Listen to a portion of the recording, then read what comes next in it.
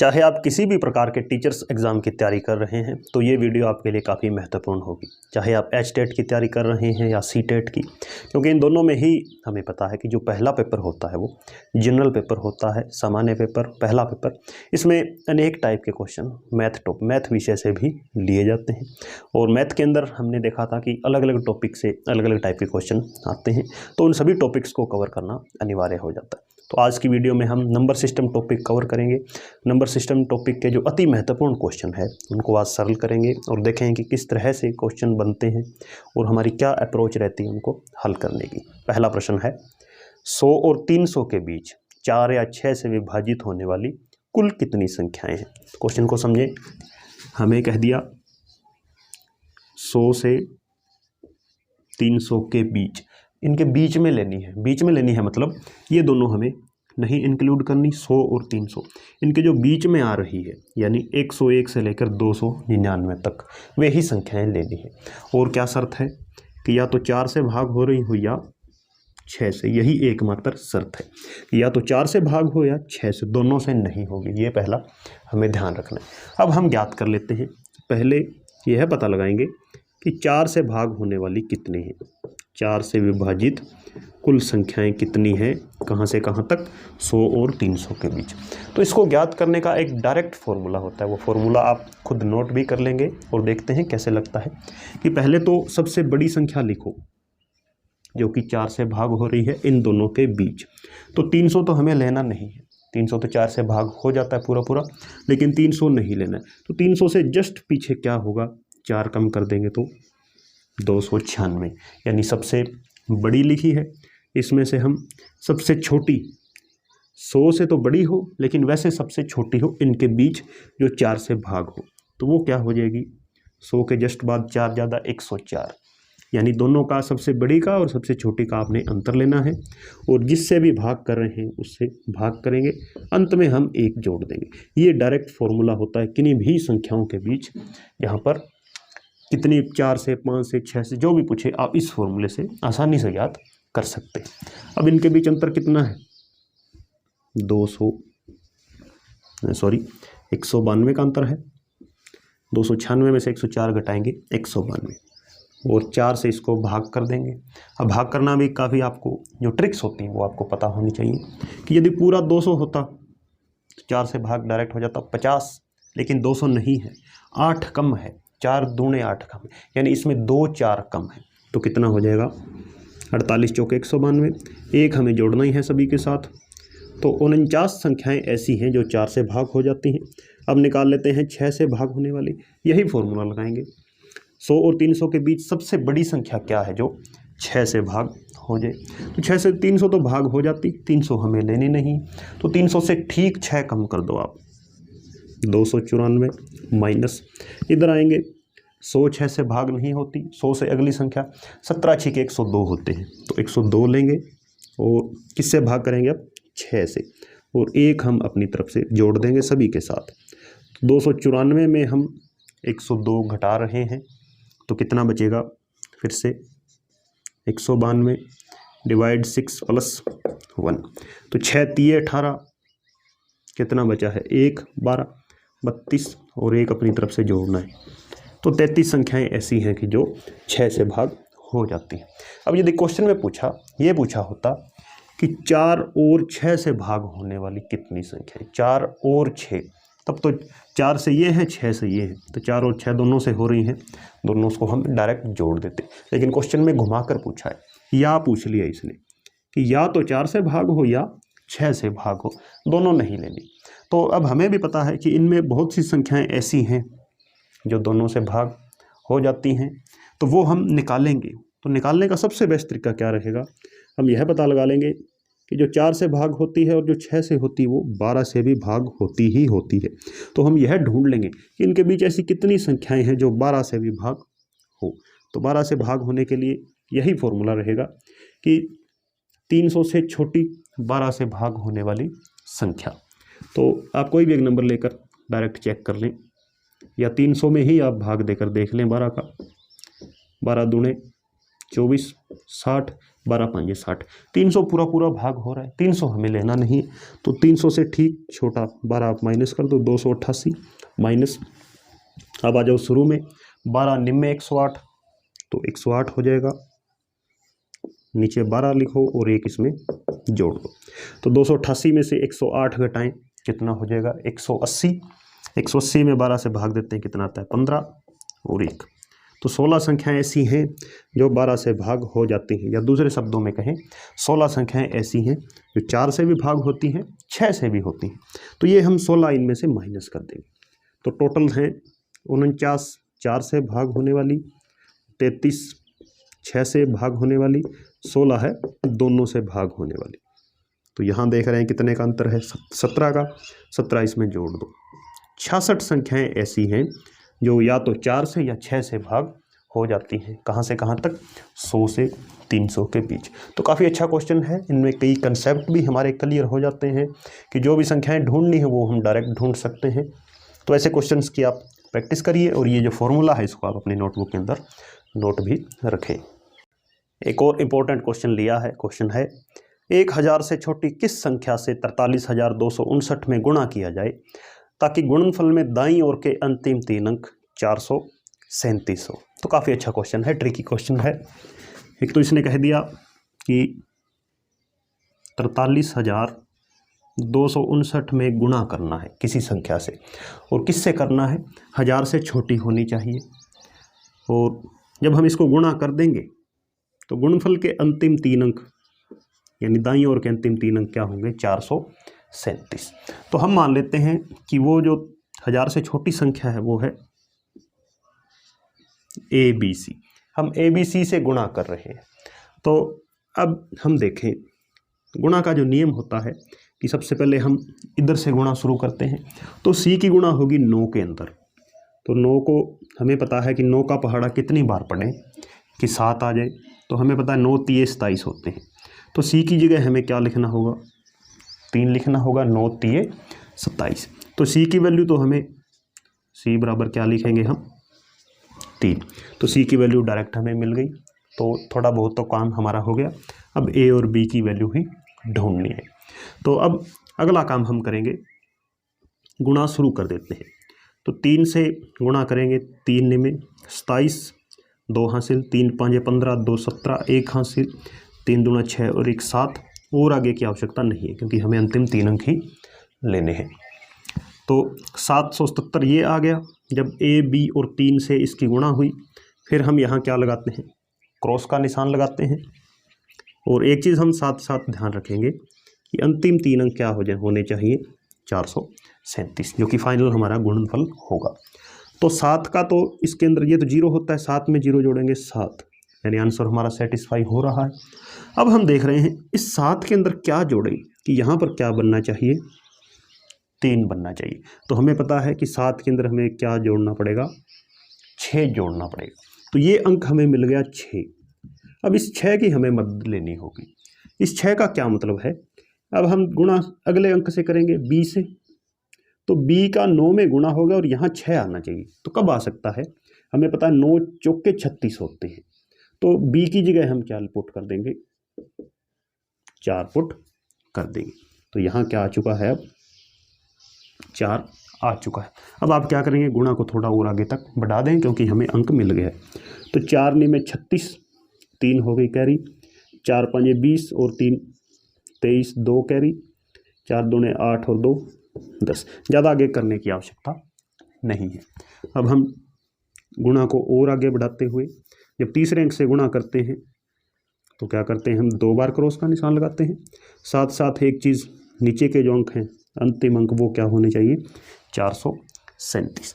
अब इनको जोड़ें, 7 का 7, 7 6 13 का 3 आ गया, एक कैरी हो गई, 1 7 8, 3 11 और यहाँ है 4। इसका मतलब यहाँ क्या आएगा 3 आएगा। तो तीसरा अंक हमें अब मिल सकता है कि अब तीसरे अंक से गुणा करेंगे यहाँ वाले A से, तो A की 9 में गुणा करनी है और 3 आना चाहिए। तो क्या पॉसिबिलिटी है 9 7 63 होते हैं, तो A की जगह क्या आ जाएगा 7 आ जाएगा। तो A बराबर 7, तो हमारी संख्या क्या हो जाएगी 7 4 3 यानी CB। तो 43,259 में जब 743 की गुणा होती है तो अंत में क्या आता है 437। एक और महत्वपूर्ण क्वेश्चन लिया है कि किसी प्रश्न में एक संख्या को 3/4 से गुणा करने के बजाय 4/3 से गुणा कर दिया गया। इससे जो उत्तर निकला है वो सही उत्तर से 49 अधिक है। तो यह बताना है सही उत्तर क्या होगा। तो हमें दे रखा है कि गुणा तो करना था 3/4 से, लेकिन कर दिया 4/3 से। अब जो इससे गड़बड़ी हुई है उससे उत्तर के अंदर 49 का फर्क आ गया है, या यूँ कहें जो उत्तर निकलना चाहिए था उससे 49 अधिक निकल गए। तो ऐसे सभी क्वेश्चन के अंदर जो पहला जो हमारा अप्रोच होती है कि हम संख्या है वो पता करें कि संख्या है वो क्या थी जिससे हम इनसे गुणा कर रहे थे। तो वो कहाँ से, वो हम पहले तो मानेंगे, और मानेंगे क्या, जो कि दोनों से कट जाए। तो यहाँ 4 और 3 है, यहाँ भी 4 3 है, तो हम एलसीएम है वो मान लेते हैं। मान लिया कि संख्या 12 थी। अब 12 के अंदर गुणा करनी थी 3/4 से। तो 3/4 से जब गुणा करनी थी तो 4 तिये 12, 3 तिये 9, उत्तर कितना आता 9 आता। लेकिन कर क्या दिया उसने, 12 को गुणा कर दी किससे 4/3 से। तो 3 चौके 12, 4 चौके 16, अब उत्तर कितना आ गया 16 आ गया। तो सही उत्तर 9 था, आ गया उत्तर 16। सही उत्तर से कितना ज़्यादा आया है 7 ज़्यादा आया है। लेकिन हमें जो क्वेश्चन दिया है उसमें क्या कहा है कि उसमें उत्तर 49 ज़्यादा आया है। तो हम डायरेक्ट कह सकते हैं कि 7 यूनिट है वो किसके बराबर है 49 के बराबर है। 1 यूनिट किसके बराबर हो जाएगा 7 के।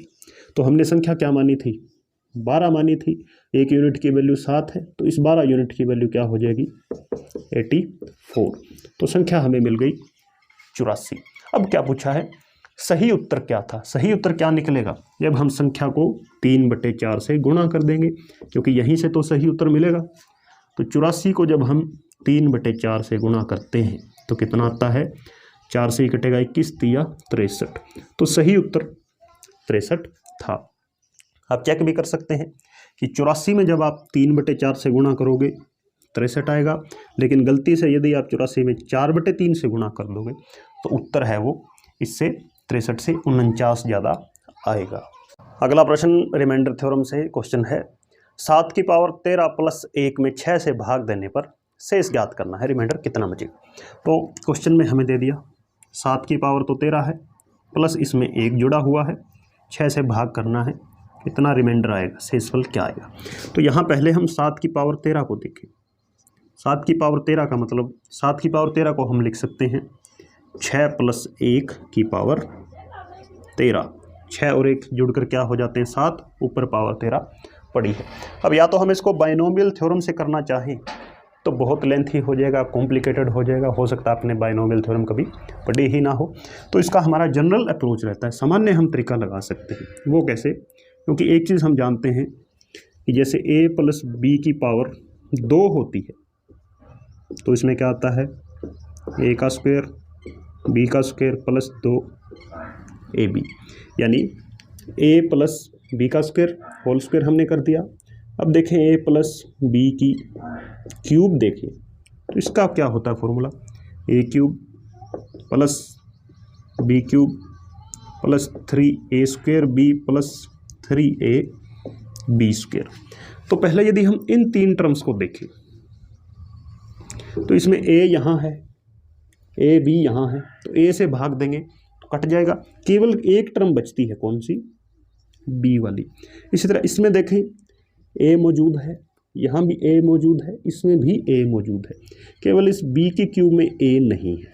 तो इसी तरह यहाँ जब हम 6 प्लस 1, ये हमारा a है, ये b है, और इसको हम 6 से ही भाग करें यानी a से ही भाग करें तो ये जो टर्म है ये कभी भी 6 से भाग नहीं होगी। इसके ऊपर पावर भी क्या है 13 है। तो जब हम इसको एक्सपेंड करने जाएंगे तो सभी टर्म्स के अंदर कहीं ना कहीं 6 मौजूद होगा, केवल 1 को छोड़कर, किसको 1 की पावर 13 को। तो ये सारी संख्याएं तो 6 से कट जाएंगी, क्या बचेगा 1 की पावर 13 बटे 6। 1 की पावर कितनी ही हो क्या होती है 1 ही होती है। अब 1 में 6 का भाग देंगे तो शेषफल क्या बचेगा 1 ही बचेगा। कैसे, 1 में 6 का भाग देकर आप देख सकते हैं। तो 0 पर जब करेंगे 1 शेष बच जाएगा। तो एक शेष तो यहाँ से बचा, प्लस एक इस क्वेश्चन के अंदर एक और है, तो कुल क्या हो जाएगा, शेष हमारा 2 हो जाएगा। यानी इस एक के अंदर भी 6 का भाग देने जाएंगे तो एक शेष हमारा फिर बचेगा। तो इस क्वेश्चन का आंसर क्या हो जाएगा, 2 शेष हो जाएगा। तो इस प्रकार के सभी क्वेश्चंस को आपने इस तरह से पहले तो टर्म्स में तोड़ लेना है, और जिससे हम भाग दे रहे हैं वही हम नीचे लगाएंगे। और ध्यान रखें ये जो टर्म है वो एक जैसी होनी चाहिए, एक जो एक्स्ट्रा होगा वही रिमाइंडर होगा। अगला प्रश्न, 1 के अतिरिक्त 37,800 के समस्त विभाजकों की संख्या का पता लगाएं। तो पहला काम हमें करना होगा, जब भी विभाजक ढूंढने होते हैं 37,800 के, इसके आपने अभाज्य गुणनखंड कर लेने हैं, यानी अभाज्य संख्याओं से इसको भाग देते हुए चले जाना है। तो पहले 2 का जब भाग देंगे, 2 एकम 2, 1 बच गया 17, 2 8 16, 1 पीछे 2, अब भी 2 से भाग हो रहा है, 2 निम्न 18, 900 बच गया, क्या लिख देंगे 450, 2 से भाग फिर देंगे क्योंकि पीछे 0 है, 2 चौके 8, 47, 25। अब 2 से भाग नहीं होता तो अब 3 से भाग देकर देख लेंगे। 3 से भाग होने का नियम, अंकों का जोड़ 3 से भाग होना चाहिए। 4 7 11 7 18, तो 47 है, 15 3 45, 2 बचेगा, 22 हो गया, 3 7 21, 15 75। अब देखें 5 25 3 75। अब देखें 5 से जब इसको करेंगे 17 3 51, 175, 5 7 12 13। अब 3 से नहीं होगा, अब किससे होगा, 5 से होगा। तो 17 35 5 175 होते हैं, यानी 5 3 15 और 25, 7 7 1। तो ये सारे क्या आ गए, अभाज्य गुणनखंड आ गए। तो 37,800 को इसके बराबर हम क्या लिख सकते हैं, 2 कितनी बार है, 3 बार है, 2 की पावर 3, 3 कितनी बार है, 3 बार, 3 की पावर 3, 5 कितनी बार है, 2 बार है, 5 की पावर 2, और 7 1 बार है। तो अभाज्य गुणनखंड पता लगाने का नियम क्या होता है कि इस तरह से संख्याओं को लिखने के बाद जो भी पावर आती हैं उनको 1 बढ़ाते हुए गुणा करनी है। जैसे यहाँ पावर 3 थी, 1 जोड़ 2 4, गुणा पावर 3 थी, 1 जोड़ 2 4, पावर 2 थी, 1 जोड़ 2 3, 1 है तो 1 जोड़ 2 2, सभी को गुणा कर लेना है। तो 4 चौके 16, 3 48 दूना 96, लेकिन वो कह रहा है 1 को छोड़कर 1 हम माइनस कर देंगे तो कितना आएगा, 95 ऐसे विभाजक हैं जो कि इसके यानी 95 ऐसी संख्याएं हैं जो इसको भाग करती हैं। अगला प्रश्न लेंगे कि 2 संख्याओं का योगफल 30 है और उनका अंतर 6 है, तो उनके वर्गों का अंतर बताना है। तो संख्याएं हैं, जो भी हमारी संख्याएं हैं S1 S2, उनका जोड़ तो है 30 और अंतर है 6। अब जो संख्याएं हैं उनका हमें वर्ग लेंगे, स्क्वायर करेंगे, फिर जो अंतर आएगा वो बताना है। तो ऐसे सभी क्वेश्चन के अंदर जहाँ पर संख्याओं का जोड़ और अंतर दे रखा हो, एक डायरेक्ट फॉर्मूले से हम संख्याएं ज्ञात कर लेंगे। तो संख्या हमारी क्या हो जाएगी, संख्याएं क्या हो जाएंगी, पहली संख्या क्या होगी, फॉर्मूला क्या है कि योगफल और अंतर उनको जोड़कर 2 से भाग दे देंगे तो पहली संख्या मिलेगी। दूसरी संख्या योग और अंतर, इसको हम घटा देंगे और इसे भी 2 से भाग दे देंगे तो दूसरी संख्या मिलेगी। अब योग और अंतर को जोड़ो, 30 और 6 36/2, तो पहली संख्या है 18 और अंतर यदि लें 30 में 6 गए 6 घटाएं 24, भाग दें 2 से तो 12। संख्याएं क्या हैं, 18 और 12। अब चेक कर सकते हैं, 18 और 12 जोड़ें कितनी हो जाएगी 30, 18 और 12 का अंतर कितना है 6। अब पूछा है इनके वर्गों का अंतर, यानी कि 18 स्क्वायर में से हमें 12 स्क्वायर घटाना है। तो अब हमें यह जरूरत नहीं है कि हम 18 को 18 से गुणा करें फिर 12 को 12 से गुणा करें, क्योंकि ये एक आइडेंटिटी बन रही है, कौन सी, a square minus b square. ये क्या होती है, a प्लस b और ये एक a माइनस b, यहाँ से डायरेक्ट आंसर आ जाता है। तो यानी एक बार तो 18 और 12 को जोड़ो 30 हो जाएगा, एक बार 18 और 12 का अंतर निकालो 6, तो 180 ये हमारा क्या हो जाएगा, फाइनल आंसर हो जाएगा। एक चीज़ आप डायरेक्ट भी देख सकते हैं कि जो क्वेश्चन में हमें दिया था 30 और 6, इनको डायरेक्ट गुणा करते तो भी कितना उत्तर आता, 180 वर्गों का अंतर हम डायरेक्ट निकाल सकते हैं। लेकिन ज़रूरी नहीं है कि ये प्रत्येक क्वेश्चन के ऊपर अप्लाई हो। शेषफल आधारित एक और प्रश्न लिया है। क्वेश्चन है कि 1 से लेकर हमारे पास एक लाइन में 41 अंक लिखे हुए हैं और इसे भाग करना है 8 से, शेषफल क्या आएगा। तो पहले क्वेश्चन को समझें। किस तरह से लिखा हुआ, 1 2 3 4, इस तरह से कोई एक बड़ी सारी संख्या है और इसके जब अंक गिनते हैं कि कितने इसमें डिजिट हैं तो वो होते हैं 41। इसको भाग करना है 8 से, शेष क्या बचेगा ये बताना है। तो सबसे पहले अंकों से हम संख्या बनाएंगे। तो संख्या में हम जानते हैं कि 1 से 9 तक जब संख्याएं लिखेंगे, 1 2 3 4 5 9 तक, तो इसमें हमारे कितने अंक लगेंगे, 9 अंक लग जाएंगे। अंक है कितने, 41। कितने अंक और बच गए, अंक बच गए 32। लेकिन अब जो संख्या हम लिखेंगे 9 से आगे, तो 10 11 12 उन सभी में 2 डिजिट होंगे। तो 32 अंक हैं, 2 डिजिट का एक नंबर बनता है, यानी 16 संख्याएं और लिखेंगे। तो 9 संख्याएं 1 से 9 तक और 16 संख्याएं हो जाएंगी 10 से लेकर 25 तक। 10 से लेकर 25 तक ही 16 संख्याएं होती हैं। इससे कहने का मतलब क्या हुआ कि हमारी जो संख्या है वो अंत में क्या हो जाएगी, 25 24 23, इस तरह से 1 से लेकर है ये संख्या। तो ये सारी संख्या हमें मिल गई, हमें अंतिम अंक मिल गई। अब 8 से भाग देना बहुत आसान है। 8 से भाग होने का नियम क्या होता है कि जब अंतिम 3 अंक 8 से भाग हो जाते हैं तो पूरी संख्या ही 8 से भाग हो जाती है। तो अंतिम 3 को केवल भाग देकर हम चेक कर लेंगे। तो 8 5 40, 2 बच गया, 8 3 24, तो 424 होता तो पूरा पूरा भाग हो जाता। एक शेष बच रहा है, तो ये एक क्या हो जाएगा, शेषफल हो जाएगा और इस क्वेश्चन के लिए आंसर हो जाएगा। तो ये चीज़ आपको यहाँ पर समझनी है कि 1 से लेकर 9 तक तो 9 अंक लग जाएंगे। आगे जो हम लिखते हैं 9 से आगे 10 11 12 से लेकर 25 तक, उसमें 32 अंक और यूज़ हो जाएंगे। 32 और 9 टोटल 41 अंकों की एक संख्या है। अगला प्रश्न है, एक कक्षा में 15 लड़के हैं जो 158 सेंटीमीटर से ज़्यादा लंबे हैं। यदि ये लड़के 3/4 लड़कों की संख्या निश्चित करते हैं और कक्षा में लड़कों की कुल संख्या कुल विद्यार्थियों की संख्या का 2/3 हो, तो लड़कियों की संख्या कितनी है। तो काफ़ी अच्छा क्वेश्चन है। पहले हमें दे रखा है कि जितने भी बॉयज़ हैं उसके 3/4 ऐसे हैं जो कि 158 सेंटीमीटर से अधिक लंबे हैं, और ये हैं कितने, ऐसे लड़कों की संख्या 15 है। तो सबसे पहले तो हम लड़कों की संख्या पता करेंगे। कहाँ से, यहाँ से सीधे हम डायरेक्ट b की वैल्यू निकाल देंगे। 3/4 उधर जाएगा तो क्या बन जाएगा, 4/3, 3 5 15, यानी टोटल बॉयज़ कितने हैं, 20 हैं। अब एक चीज़ और दे दी कि ये जो 20 लड़के हैं ये कुल छात्र हैं, कुल विद्यार्थी हैं लड़के लड़कियों को मिलाकर, उसका 2/3 प्रदर्शित कर रहे हैं। यानी जितने भी स्टूडेंट हैं क्लास में उनके 2/3 लड़के हैं और 2/3 कितने हैं, यहाँ पर 20 है। तो टोटल स्टूडेंट्स की हम वैल्यू निकाल लेंगे यहाँ से संख्या, तो 3 ऊपर चला जाएगा और 2 नीचे, तो टोटल स्टूडेंट कितने हो जाएंगे, 30। टोटल स्टूडेंट्स 30 हैं, बॉयज़ कितने हैं 20, तो गर्ल्स कितनी हो जाएंगी 10।